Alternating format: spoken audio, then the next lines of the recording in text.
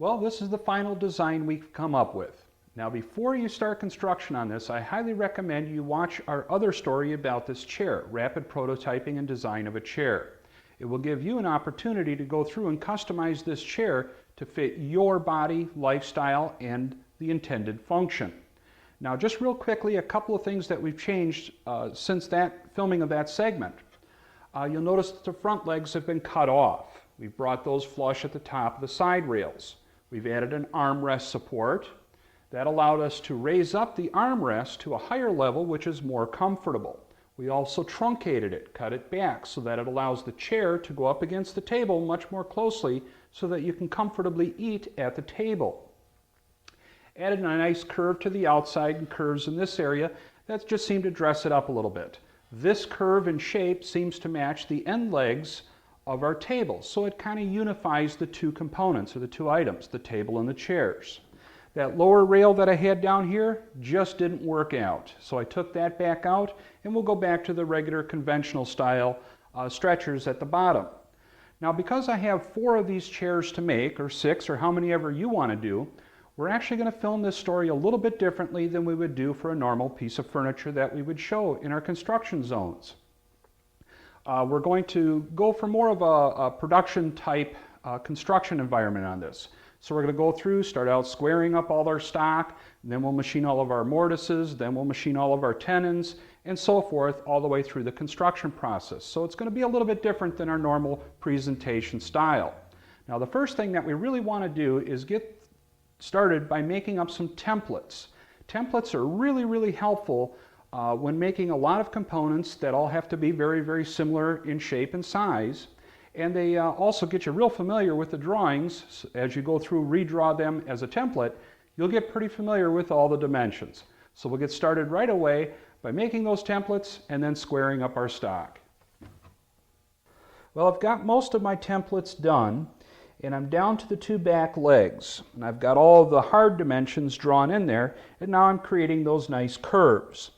Now, one of the things that a number of you have emailed me about and called in about was how do you get these bows to make a perfect curve? Well, it's not a perfect curve, and that's what makes it so wonderful. It creates a much more natural shape, especially if you're using a wood product for this bow. It may not be a perfect curve, and it may not have perfect symmetry from one component to the next. And that creates a much more natural, free-form looking component. Now, you can also alter how the curve comes up on your component by adjusting your template back and forth like so, because the natural curve, or this bow, is going to have a peak in the middle and then a more gradual taper back going down the sides. Now, on some of these components, I'm even specifying where I want that high point to be on the curve, or the curve center line. Well, that just allows you to adjust things a little bit more, and it creates a much more appropriate curve for what we're trying to show you in that final piece. So you do have to do a little bit of tinkering, adjusting, and so forth, but really doing curves with a bow is about the best looking way to do some of these things. You could, of course, lay this out with a giant trammel or something, a string and a pencil, but it just doesn't look real nice. So again, I just keep using my bow, adjusting it for my curves and drawing them in. Then, using a sharp hobby knife, we can cut away the waste material.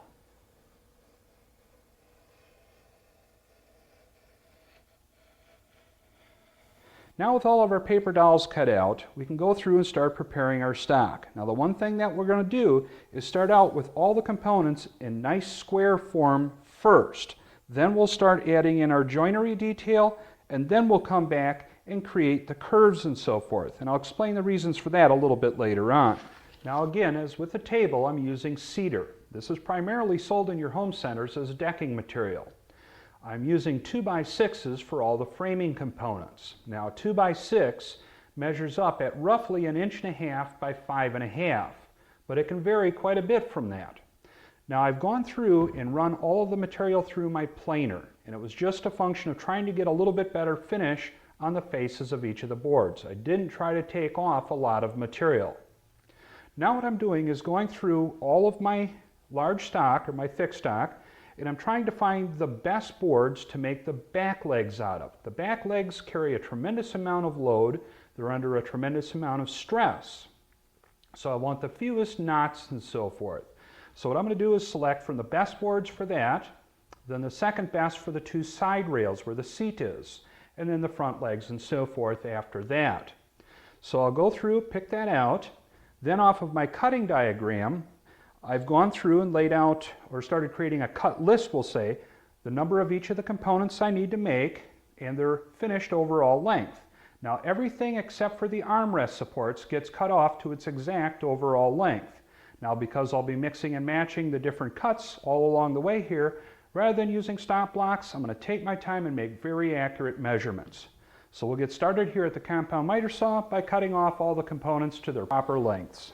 Now one of the things I love about this particular compound miter saw is this double laser line. It creates very fine lines and it's very easy to accurately line up to your cut mark.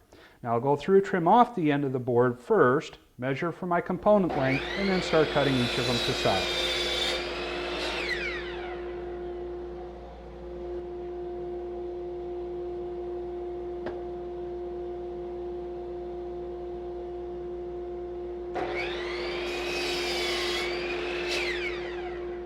Now that all of our stock is cut to length, now we can start ripping it to width. Now some pieces we're just simply going to rip to width, others we may actually edge joint first.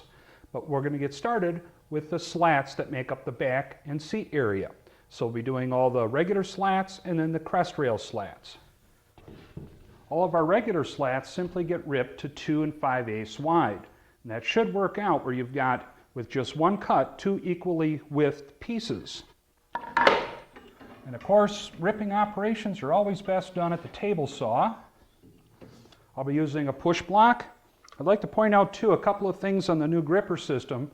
I've been getting a number of questions about what these green attachments are. The two on the top, where the handle mounts up, are called bridges.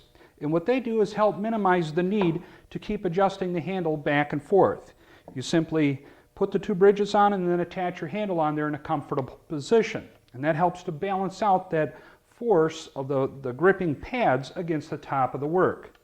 This little hook on the back, you'll see it's a green plastic material again, held in place with a wing nut. It's actually a template to make up your own little catch hooks, but I've just been using it as it is. I haven't had time to make up the actual wood versions of this yet.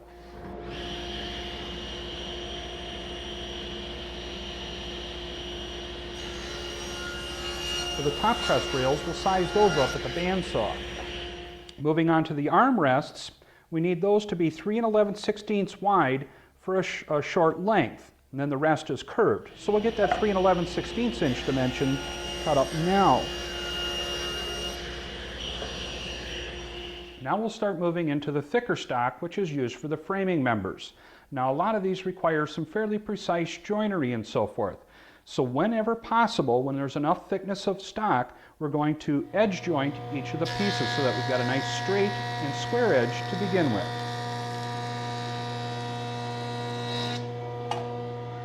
Now these 2 pieces will end up being our stretchers. So we'll get a rip fence, set it at 1.5 inches. Make sure our blade height's proper. And if needed, adjust our gripper.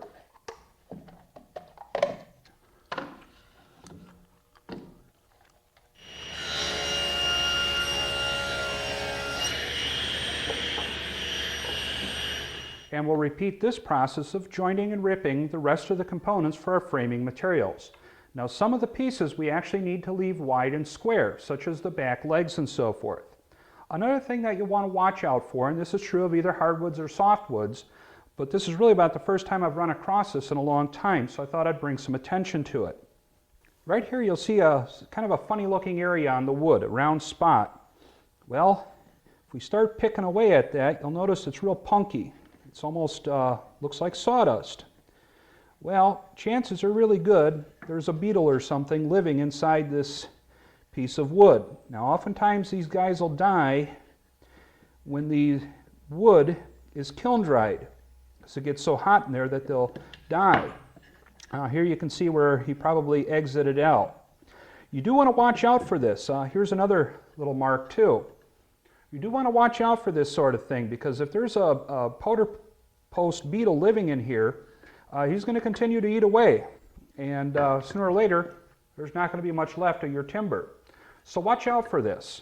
This particular piece I'm probably going to throw away, even though I suspect he isn't actually in here anymore. And now at this point, I've got all of my stock squared up, cut to length, ripped to width. Even like on the back legs, we had to rip them to a specific width so that we can do the rest of the machining operations. So that wraps up this segment. Now we can move on.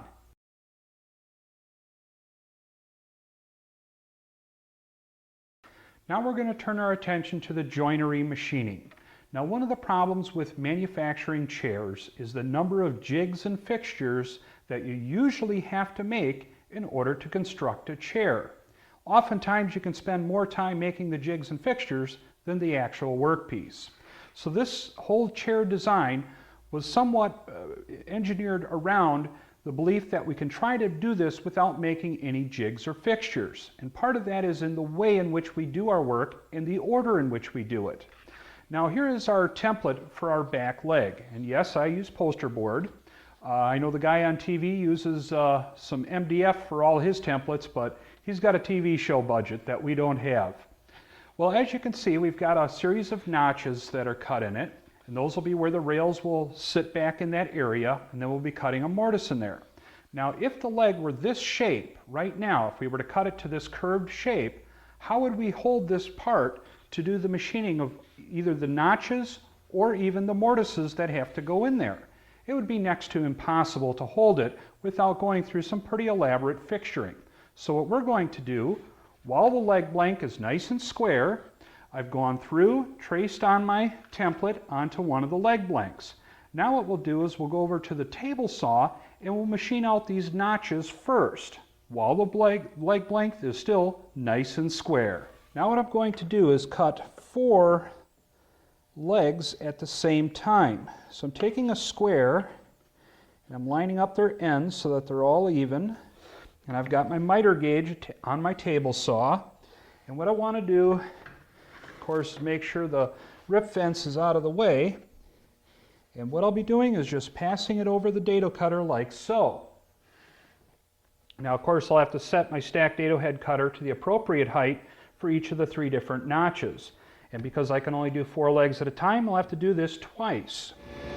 Now, I only have a 1/2 inch wide stacked dado head cutter in here, so I'll have to take a series of cuts.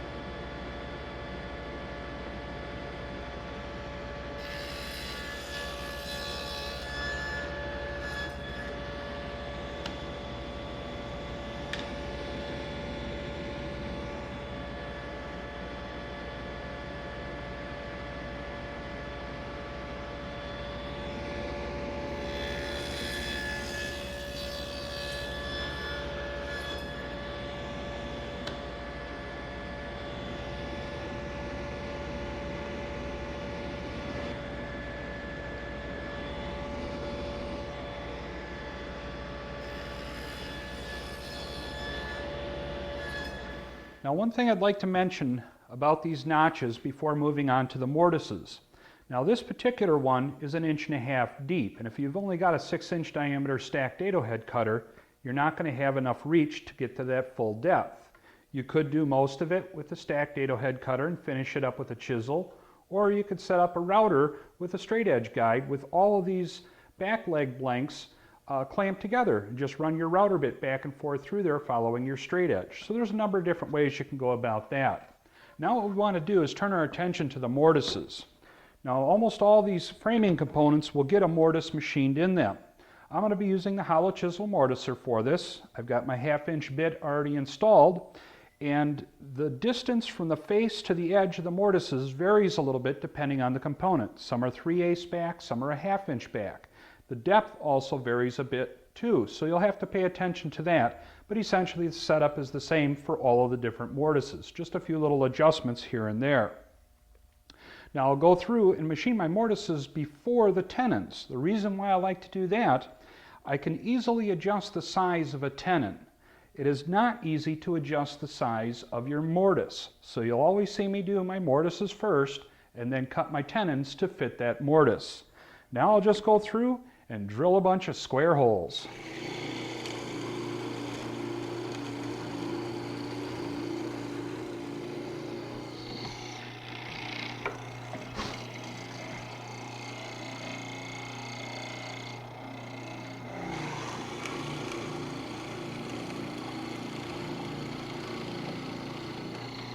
Now, one thing to make sure when you're doing your layout for your legs, be sure to make a left and a right. They're symmetrically opposite of each other, or mirror images of each other, and oftentimes in the plans you'll only see one leg drawn up, so you'll have to take into account to make your own left and right. Now what we want to do is clip off the ends of our front legs with that 10-degree angle. Now be sure when you cut off that 10-degree angle at the end of the leg, at the top end of it, that its short side is on the front of the leg. It's very easy to goof this step up, and at this point you got quite a bit of work invested, so you don't want to mess it up. Now I'm using a stop block at one end. I'm using a backer board to prevent chip out at the front of the leg, because that's on the inside of the saw, and I've got it swung over at 10 degrees.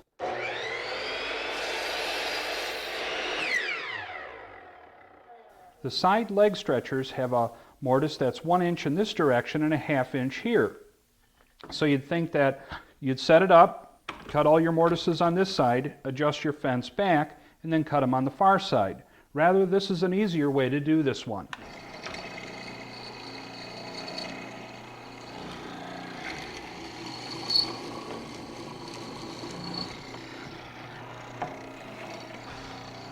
Just simply flip it face for face and make your second cut.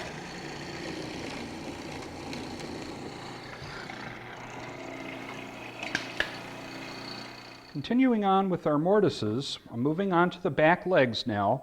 One critical thing that you must pay attention to when setting your depth is it's all referenced from this top flat surface, not from the depth at our notches. So keep that in mind before you start setting your depths and cutting your mortises. But they're all basically centrally located, 1/2 inch in from each face, so it's basically one fence setup. We'll just take a cut, slide over, take a cut. But we will have to adjust our depth for each of the successive mortises along the way. I also had to remove the auxiliary wooden base on my mortiser in order to get enough throat height to just get my part to fit in there. But other than that, it's just drilling more square holes.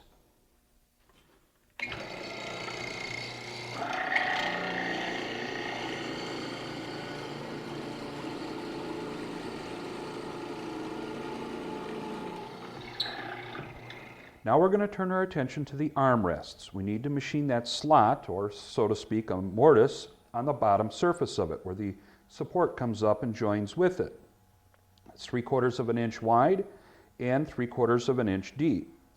Now, the particular router bit that I'm using is a 3/4 inch diameter white side router bit. It's a straight flute, but you'll notice that it's not center cutting, so I'm not going to be able to plunge to full depth and take this all in one cut. I'll have to take it in a series of passes.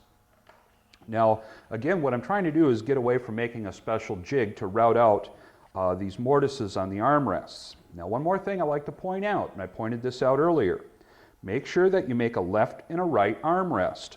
The distance from the edge to the edge of the armrest to the edge of the mortise is not the same on both sides. So you'll have to do your right armrest first, adjust the fence over, and then do your left armrests. Now the setup for this is actually quite simple. I'm using my standard router fence that I've built in a previous issue. I've got a stop out here at the far end to limit my travel as I feed across. I've got a stop at the near end, which allows me to take the board, pull it against that stop, and then I'm using my gripper with this extension plate on the bottom that has this nice hook on it. Traps the workpiece in here real nice, allows me to drop the part down, start my cut, feed across to the stop, and then I can lift up the part and pull it out of the way.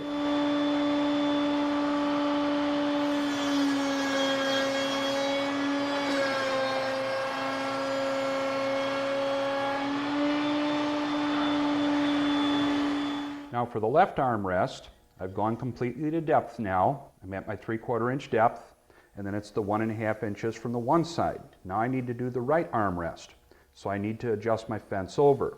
At one side it's 1.5 inches, the opposite side it's 1 7/16 inches. Because I have my fence attached to my router fence attached to my table saw fence, I can just use the scale on the table saw fence to make that adjustment. So I need to get 1/16 of an inch closer. We bump it over, lock it down, lower our bit, and then repeat the process of taking a series of successively deeper cuts.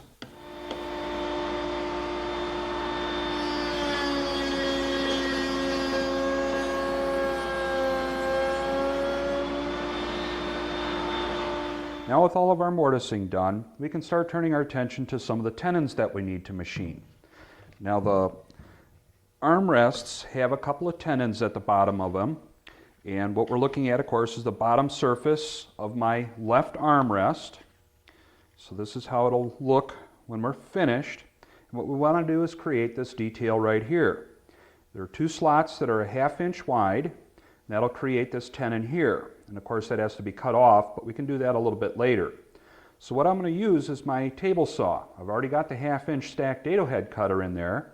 And then these 3 components are each 1/2 inch wide, so it works out to be a pretty easy setup. Now, so I don't have to keep doing a bunch of setups and so forth, I've clamped all of my armrests together, or my 4 left ones, very carefully squaring everything up and then clamping it up. Now I can just take that stack, line it up with the kerf cut that I've made in my miter gauge with the auxiliary fence. Just line that up carefully, clamp that to my auxiliary fence, and pass it over my dado cutter. Now I've already raised the dado head cutter up to 2 1/16 of an inch, which is the height of that cut that we want to make.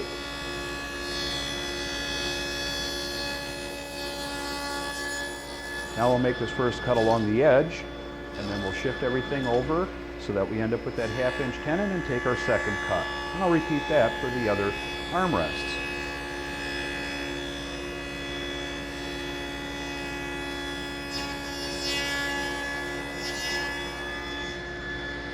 Turning our attention now to the leg stretchers, we want to put the tenons on the ends of the center stretcher that join the 2 side ones.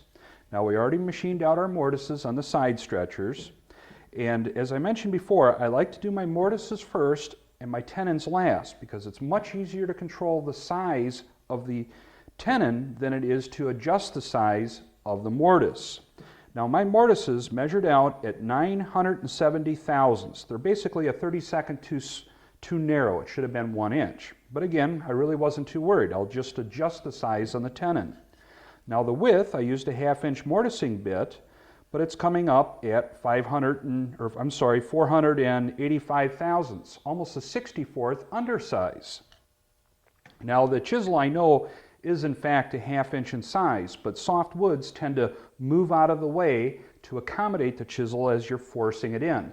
You retract the chisel out and then the opening closes up a little bit. So that's one of those things that you just kind of get used to and deal with. So I know I need to make my tenons a little bit smaller than the plans show. Now I have a lot of tenons to machine on the rails and these stretchers, so I'm just going to do everything with a stacked dado head cutter and a miter gauge. By doing it with the stacked dado head cutter, I can eliminate the need for 2 operations. Normally to cut the tenons, you'd have your standard saw blade in there, make your shoulder cut, then you'd stand the workpiece upright in your tenoning jig and then make your cheek cuts. And that may be on all 4 sides of the workpiece.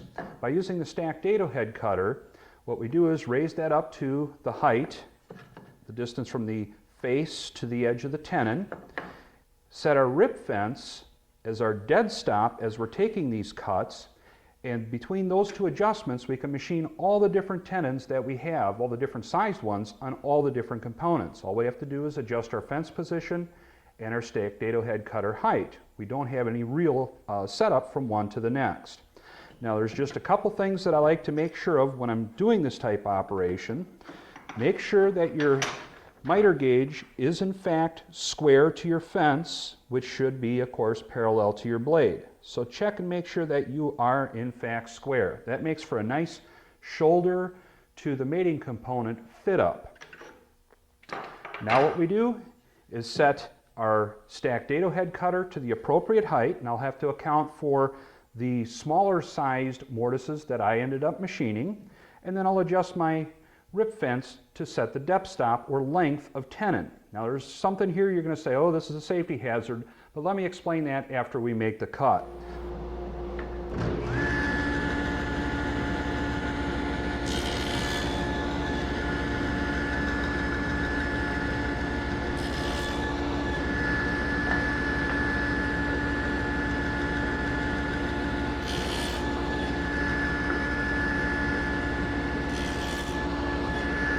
With that portion done, I unplug the saw, raise my stacked dado head cutter up to just over 1/2 of an inch for my case to make up for that variation in my mortise size.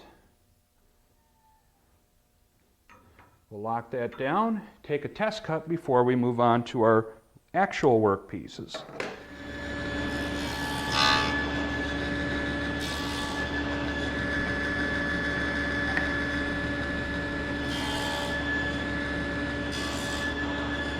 Now, as you may be familiar with, one of the golden rules of working with a table saw is never use your miter gauge and the rip fence at the same time. The reason that is, if I were to have started out first with the end of my stock completely against the fence and take my first cut, that would leave a small area of material trapped between the rightermost tooth on the saw blade and the rip fence. That workpiece could bind in there and cause kickback. That's why you would never use it. But you'll notice how I take my cut when I'm doing this. I cut the end piece off first, then go against the stop and take my second cut. So that allows me to use this operation very safely. Now I'll finish up measuring and adjusting the size for the width of my tenon, and then I'll just repeat these 4 cuts again. After getting the 4 center stretchers done, I just continued straight on into the side stretchers. The setup is basically the same. Again, it's just a matter of adjusting the stacked dado head cutter height and the fence position. On these side stretchers, there's something to note right away. You need to make, of course, a left and a right, but at the front, there's the additional cut, and at the back, where it fits into the back leg, notice there isn't that second cut at the top and bottom of the tenons. Now, I've gone through and numbered all of mine, 1 through 4 for the 4 chairs, and then a left and a right and so forth, so I can keep it nice and straight. So these parts are done and out of the way. Now we can start moving on to our front rails, which will be these 4 pieces, and our side rails. And again, these are going to follow the exact same procedure of adjusting the stacked dado head cutter height and fence position to create the length of the tenons. And it's just a matter of repeating those 4 cuts over and over again. So we'll just continue on with this to get through this set of tenons.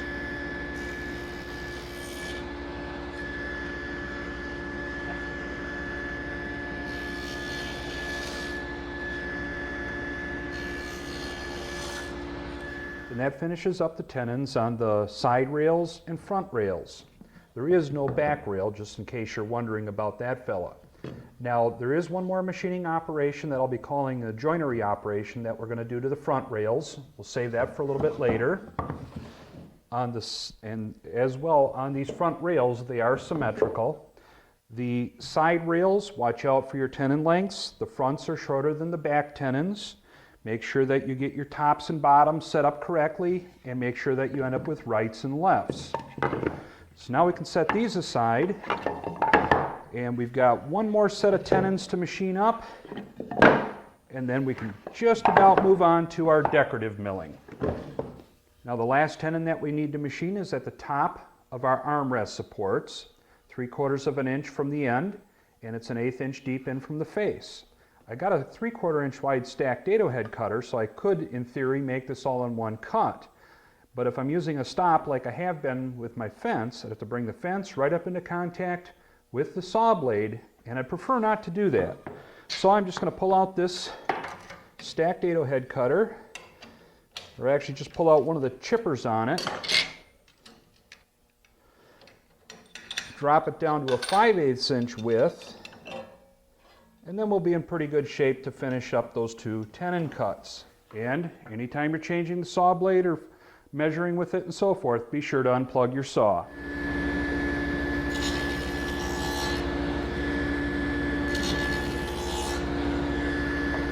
Now the tenons that we just machined on the armrest support go into the mortise that we machined earlier on the bottom of the armrest. If you remember, we did those with a 3/4 inch router bit. We also got this at 3/4 of an inch, but it doesn't fit. As you can see, we've got one of two choices here. Either we can take a coarse file and round over the end of our tenon on both edges, or we can take a chisel and square up the opening. The choice is purely up to you.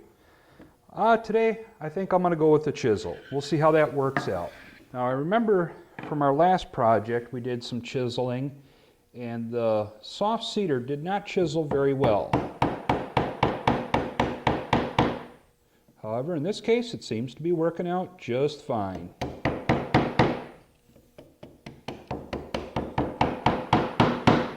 So I think that's the process I'm going to use today. And we've got our square opening.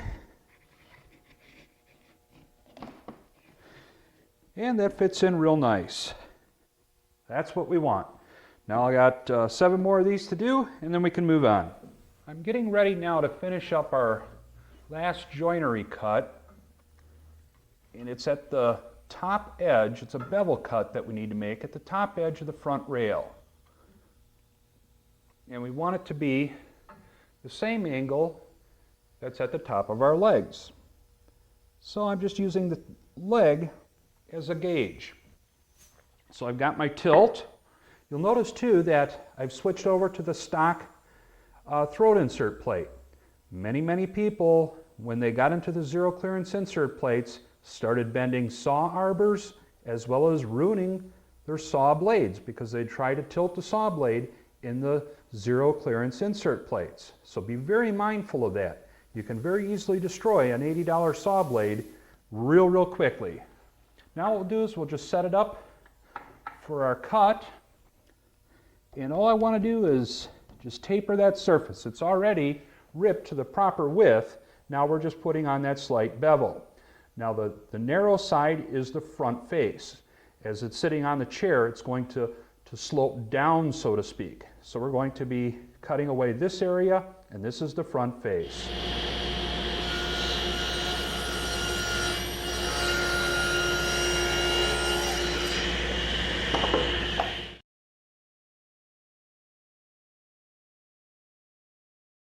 Well, as you can see, we're moving on to the part of the project where we're going to start doing our decorative milling.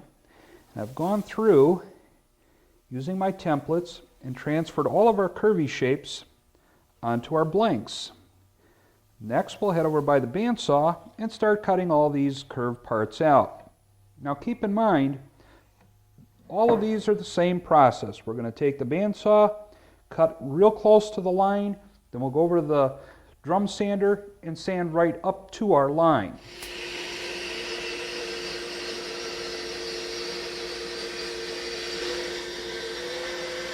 For a blade, I'm just using a pretty basic 1/2 inch blade. It's a Delta brand, and it's about 1/16 per inch.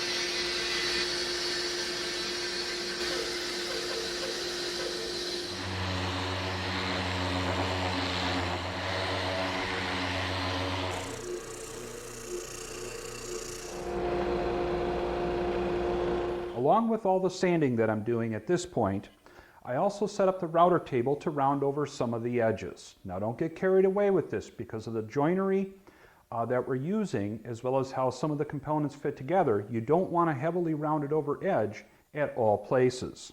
Real quickly, what I'm rounding over, the armrest supports on the 2 exposed edges, the arm rests all the way around, including the end grain, the slats, including the crest rails. Along the long edges, I'm rounding over both sides, and on the front face, I'm rounding over the end grained area. And then I follow that up with a sanding to smooth that out. Some of the rails, the seat rails, we can round over some of that. Don't get too close to the end points because that has to fit up with that rabbet and so forth, or the dado and rabbet at the back edge of it. So you do want to be careful there.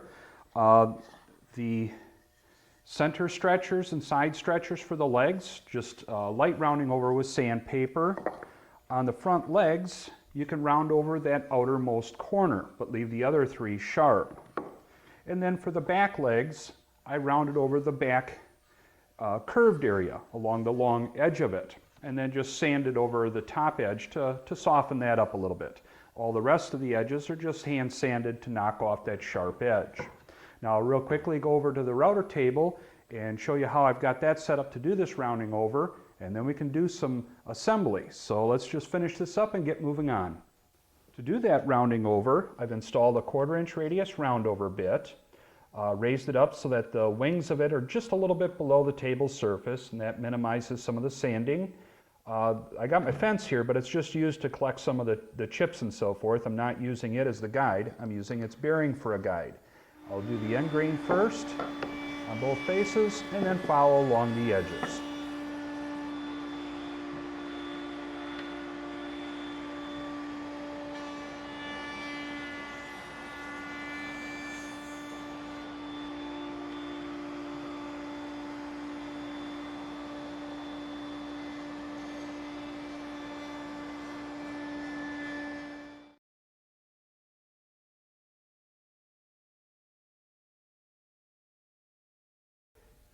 If you've tried to do a dry assembly on your chair frame at this point, you'll know that the front rail and the side rails won't join together inside the front leg. We've got these two mortises that come together. All we need to do is cut a 45 or bevel this edge here on both tenons so that where they meet up in the middle, it will create a miter joint. Now to miter the ends of the tenons, the compound miter saw makes this real easy. I've swung my blade over at 45 degrees, and I want to make sure that I don't cut this surface back here, bevel or miter this edge. All I want to do is just clip the end of that tenon. The laser makes this operation very easy.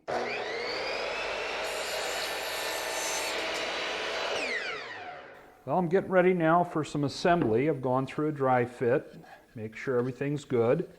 Now I'm applying some water to the tenons because I'm using polyurethane glue, and we've got some rather dry weather right now. And this water will help that polyurethane glue cure a little quicker. So a little bit on each of the tenons will do the trick. Now I'll get some polyurethane glue down inside each of the mortises. Nice, good, heavy coat. Use a brush to make sure the whole surface is coated inside that mortise. Now making sure I get all my lefts and rights straight. We can put in the side seat rails, the leg stretchers, a little more glue on the mortises for the center leg stretcher.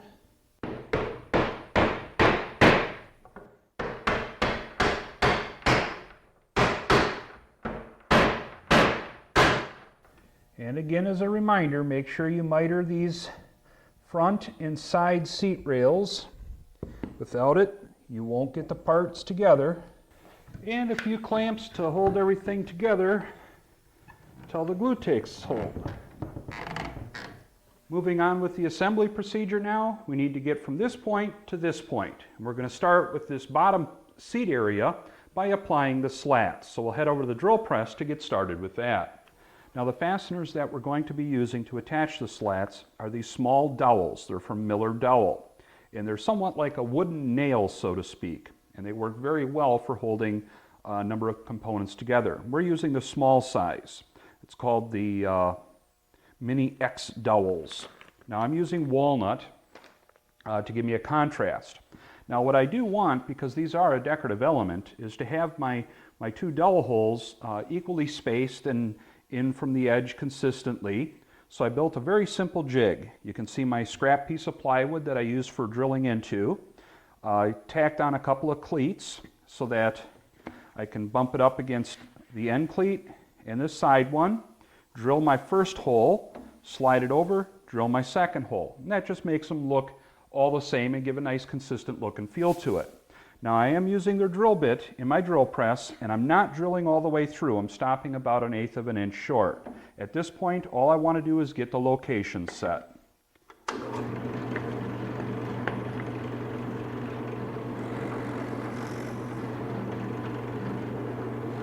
Now this next step is somewhat critical. We don't have a back rail, so right now these back legs are free to wobble a bit, and they won't be sturdy until we get the slats on. But to make sure that our back legs are parallel to each other, I've cut 2 pieces of scrap stock that are the same length as the width of our inside width of our chair. We're going to clamp those at the top and bottom of the back legs. That will hold everything nice and square and parallel for us. Now all of our slats get assembled onto the chair the same way. We've got a 1/4 inch of overhang, so I'm going to use my dial caliper to give me my step over distance, and it's going to stick out, this front slat is going to stick out 5/16 of an inch from the front of the legs.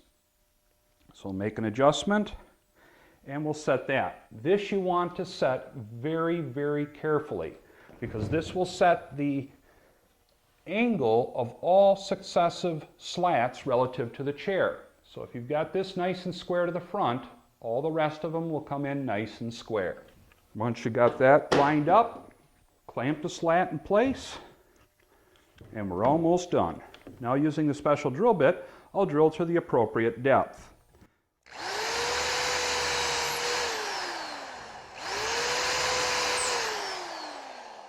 Now we can put some glue on the top of the rails and in the dowel holes. Don't get too carried away here. You don't want to end up with a big mess with this polyurethane glue. You know how it foams out on you. Put the slat back in place. More glue in each of the holes that we've drilled. Insert the little dowel and tap it in.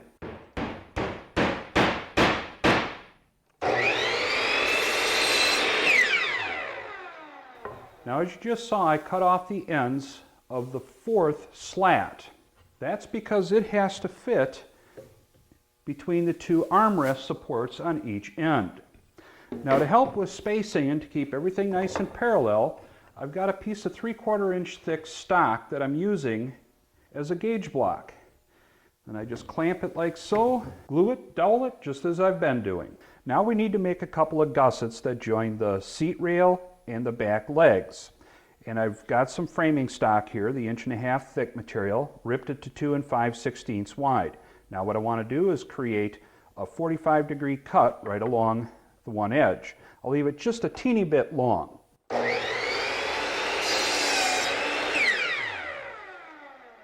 Now these little gussets go right in this location, and as you can imagine, this leg is curving back. It's not actually an exacting angle or anything. So what I'm going to do is just go over to my drum sander and sand a little bit of material away from this area to allow this to come in closer to fit tight up against the back leg. It'll be a fitting process. This isn't something that's exacting. And I'd say that fits up on there real good. To hold these in place, we'll be using some glue and a couple of dowels.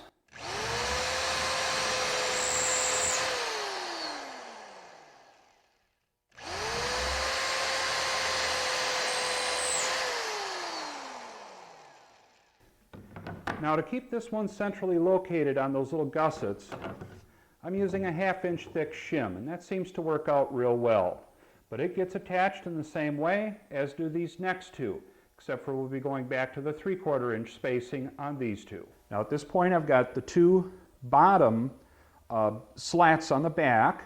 I've installed my armrest, just dry fit, as well as the armrest support. Now what I want to do is get my armrest support somewhat either level with the floor or the base, or I can make it level to the seat. It's really your choice here. But as you raise it up, the armrest support's going to go forward. As you push it down, it'll go back. So you may have to find a little bit of a compromise in there. Just kind of find a nice spot for it. Then take a pencil and mark along that side rail there the curve along the bottom of it, so that we can take the armrest support and cut it off to this shape. Now we can get some glue in the mortises and get these two pieces installed. Now to help support the armrest, I'm going to lay out a couple of spots here for some dowels. Go in about 5/8 of an inch from each corner. And we'll glue and dowel this in like we did with the slats. Now you'll notice that I'm not being overly careful about how I'm getting glue on the faces of the boards where I put these dowels in. This polyurethane glue sands up nicely, and I'm going to have to sand these dowels flush anyhow, so I know I'm going to be there with the sander.